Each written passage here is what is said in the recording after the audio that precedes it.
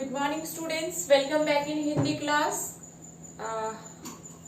हमारा चैप्टर चल रहा था बच्चों, जिसका नाम है जगदीश चंद्र बसु, एक अच्छे से वैज्ञानिक जिन्होंने बहुत बड़ा योगदान दिया ये बताने में कि जो पेड़ पौधे होते हैं उनमें इमोशंस होते हैं, किस तरीके से उनमें वृद्धि होती है, उसको मापने का यंत्र, ये सब चीजें इन्होंने हमें जो है बताई। तो आज हम इस चैप्टर के क्वेश्चन आंसर्स करेंगे, लेकिन उससे पहले हम लोग एक बार क्विक समरी इस चैप्टर की देख लेते हैं।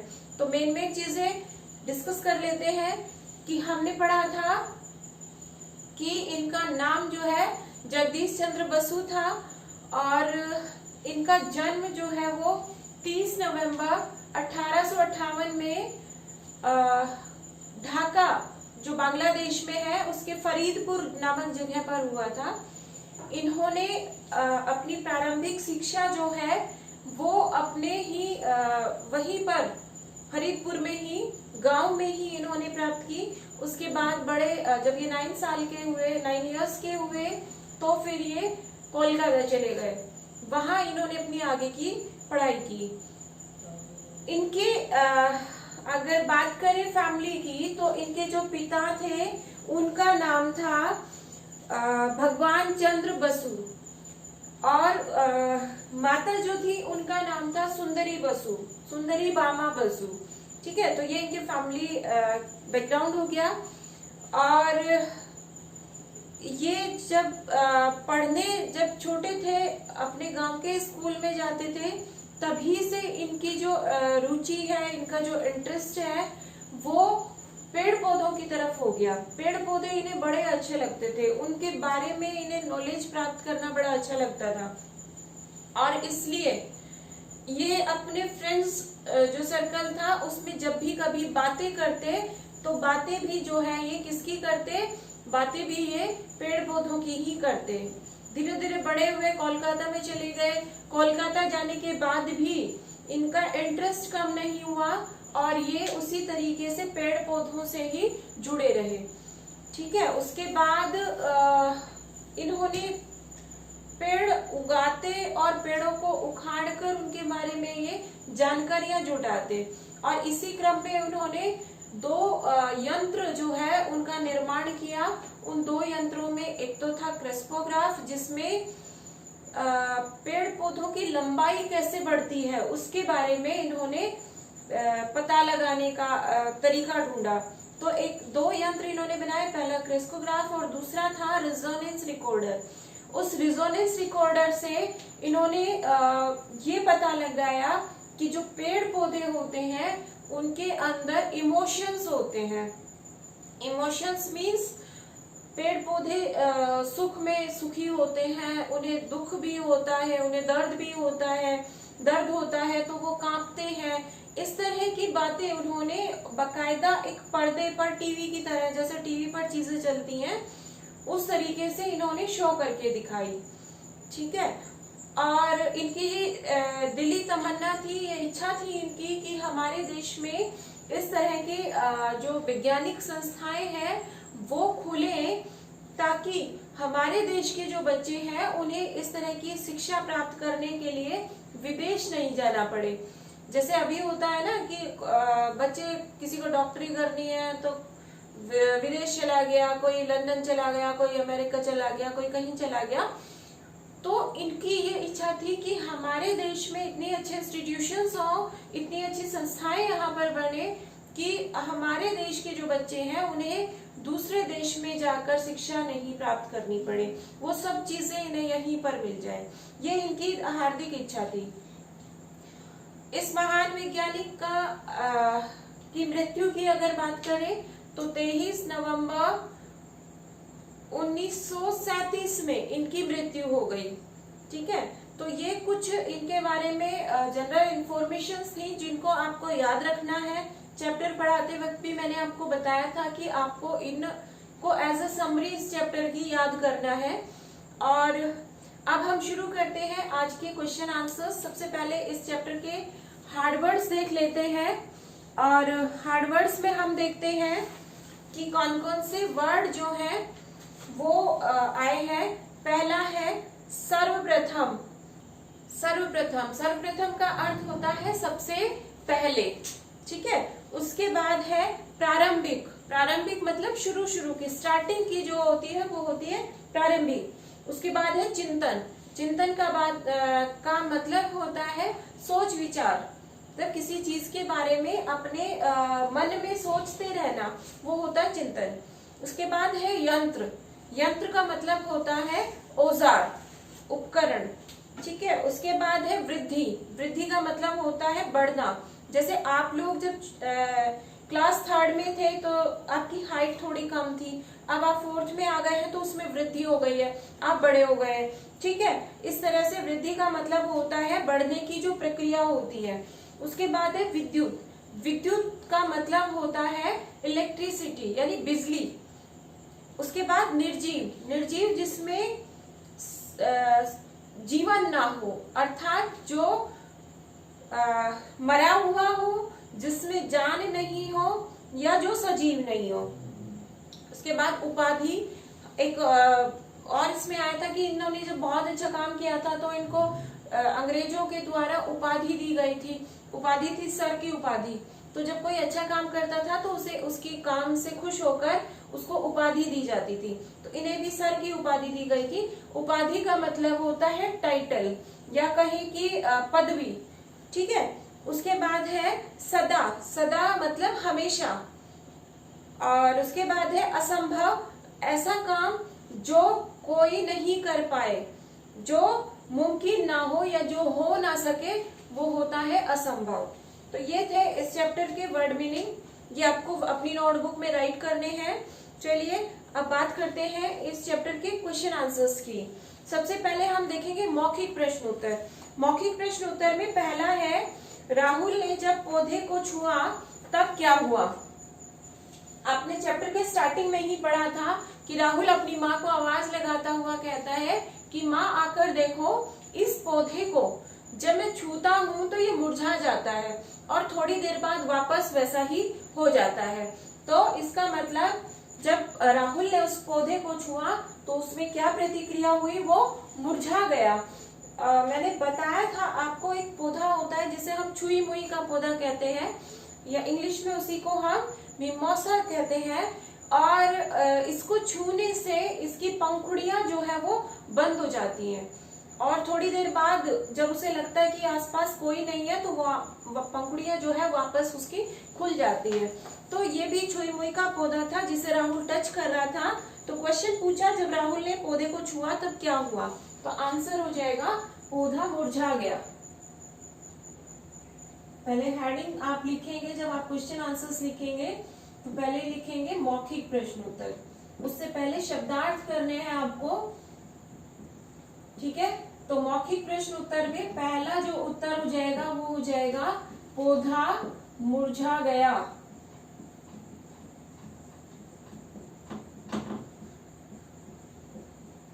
ये हमारा फर्स्ट क्वेश्चन का आंसर हो गया। सेकंड क्वेश्चन है, जगदीश चंद्र बसु का जन्म कब हुआ। जन्म आपसे पूछा गया है तो उत्तर नंबर 2 हो जाएगा। अभी मैंने बात की थी कि जन्म कब हुआ इनका, तो उत्तर नंबर 2 है। इनका जन्म हुआ था 30 नवंबर सन 1858 में, ठीक है। ये इनका जन्म हुआ। अगले प्रश्न में हमसे इनकी मृत्यु पूछी गई है, तो इनकी मृत्यु जो है वो हुई थी 23 नवंबर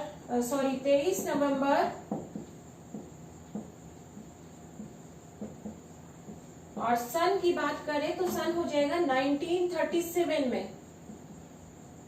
यहाँ आके इनकी मृत्यु हो जाती है। ये आपको ध्यान रखने हैं दोनों सन, ये जन्म का सन है, डेट है, और ये मृत्यु का, ठीक है। तो ये दोनों याद रखने हैं, इनमें कंफ्यूज नहीं होना।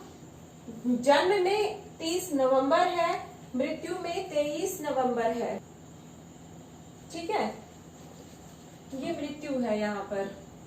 तो आपको इसका ध्यान रखना है कि जो जन्म है उसमें 30 नवंबर और मृत्यु में 23 नवंबर। और ये सन ये आपको याद करने हैं।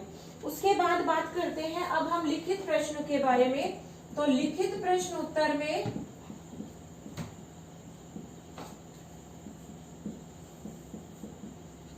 ये लिखित प्रश्न उत्तर में पहले प्रश्न की बात करें तो पहला प्रश्न है हमारा कि राहुल ने अपनी माँ को क्या बताया। जब राहुल अपनी माँ को आवाज लगाता है तब राहुल ने अपनी माँ को क्या बताया था, ये हमें बताना है।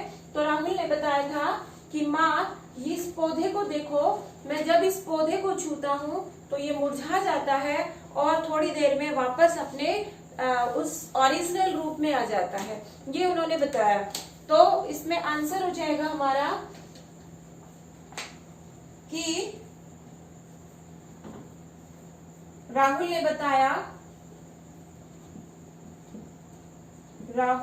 बताया कि माँ यह पौधा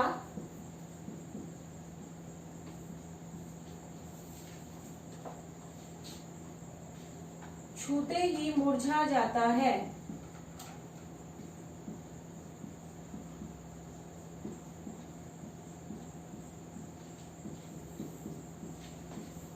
तथा थोड़ी देर बाद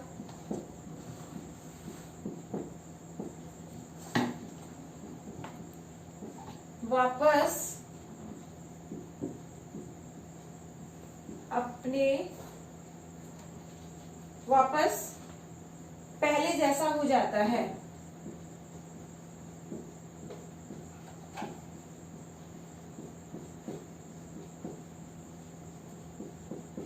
ये किसने और किसको बताया? तो ये राहुल ने माँ को बताया था कि माँ यह पौधा छूते ही मुरझा जाता है तथा थोड़ी देर बाद वापस पहले जैसा हो जाता है। ठीक है, उसके बाद है राहुल की माँ ने उसे किस वैज्ञानिक के बारे में बताया। अगला जो प्रश्न है हमारा उसमें ये पूछा गया है कि राहुल की माँ ने उसे किस वैज्ञानिक के बारे में बताया। 3 क्वेश्चन हो गए।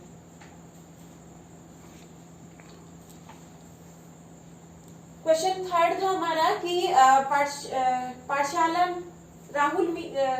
सेकंड है राहुल की माँ ने उसे किस वैज्ञानिक के बारे में बताया। तो राहुल की माँ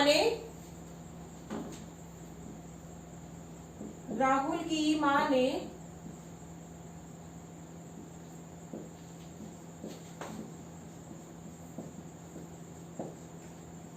जगदीश चंद्र बसु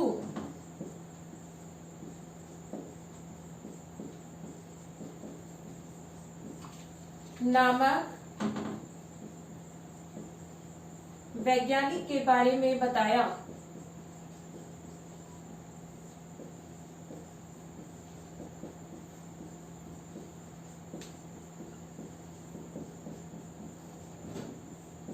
ये हो गया हमारा क्वेश्चन नंबर 2 का आंसर कि राहुल की माँ ने जो है जगदीश चंद्र बसु नामक वैज्ञानिक के बारे में बताया। अब अगला क्वेश्चन है हमारा कि पाठशाला में बालक जगदीश बच्चों के साथ किसके बारे में बातें करते थे। पाठशाला में जब वो अपने फ्रेंड्स के साथ बैठते थे तो किसके बारे में बातें करते थे, ये आपको बताना है। और उससे पहले आप चाहें तो उसका स्क्रीनशॉट ले लें ताकि आपको क्वेश्चन लिखने में भी इजी रहेगा। ओके, अब क्वेश्चन नंबर 3 देखते हैं।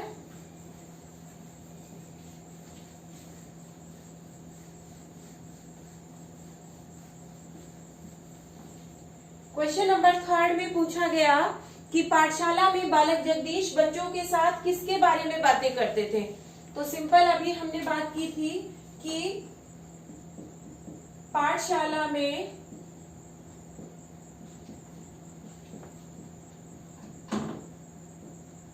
भी जगदीश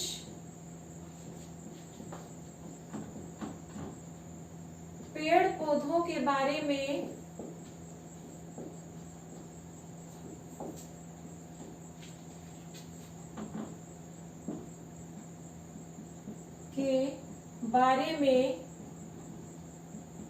बातें करता था। ठीक है, जब भी उन्हें टाइम मिलता, जब भी अपने फ्रेंड्स के साथ वो बैठते तो सिर्फ पेड़ पौधों के विषय में ही वो बातें करते थे। उसके बाद अगला क्वेश्चन है कि जगदीश चंद्र बसु ने कौन कौन से 2 यंत्र बनाए, कौन कौन से यंत्र बनाए? तो हम लिखेंगे जगदीश चंद्र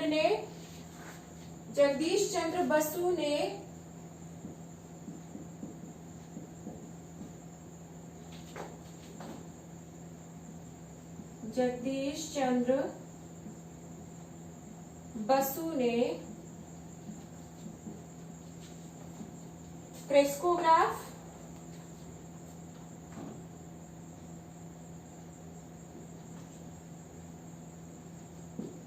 पहला क्रेस्कोग्राफ,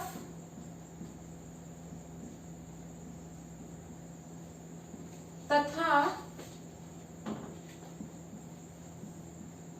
दूसरा रेजोनेंस रिकॉर्डर।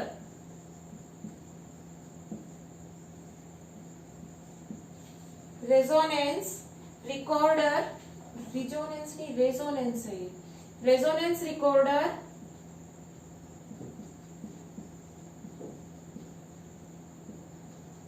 नामक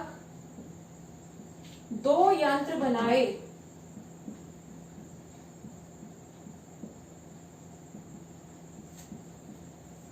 ठीक है, तो जगदीश चंद्र बसु ने क्रेस्कोग्राफ और रेजोनेंस रिकॉर्डर नाम के 2 इन्होंने जो है यंत्र बनाए। और जो लास्ट क्वेश्चन बच जाता है, क्वेश्चन नंबर 5, इसमें हमसे पूछा गया है कि जगदीश चंद्र बसु की क्या इच्छा थी।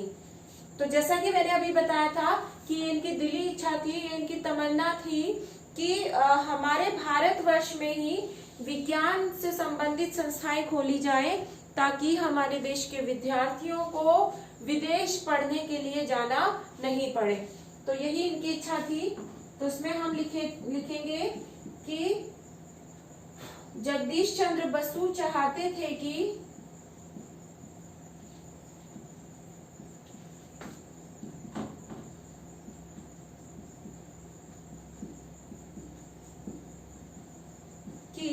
हमारे भारतवर्ष में ही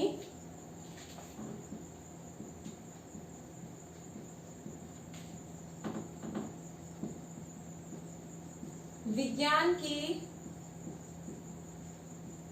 संस्थाएं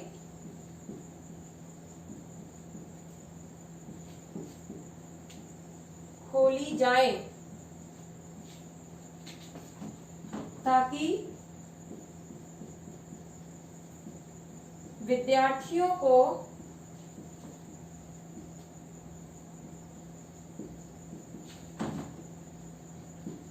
विदेश नहीं जाना पड़े।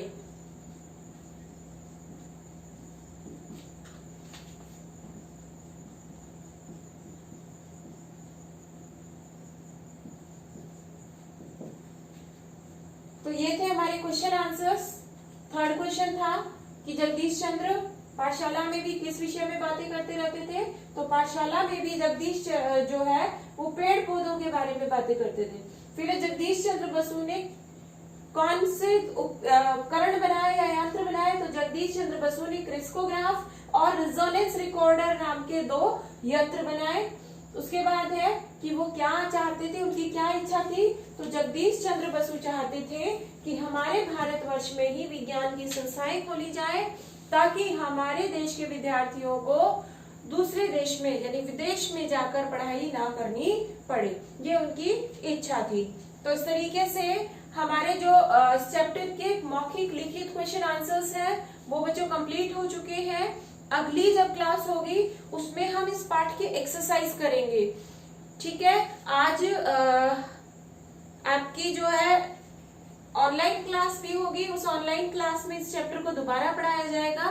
तो जब ऑनलाइन क्लास होगी तो you have to join there, you must, it's compulsory for everyone. आप सभी को उसको ज्वाइन करना है और ऑनलाइन जब क्लास होगी तो उसमें सभी का पार्टिसिपेट होना कंपल्सरी है। ठीक है, आज के लिए इतना ही। Thank you.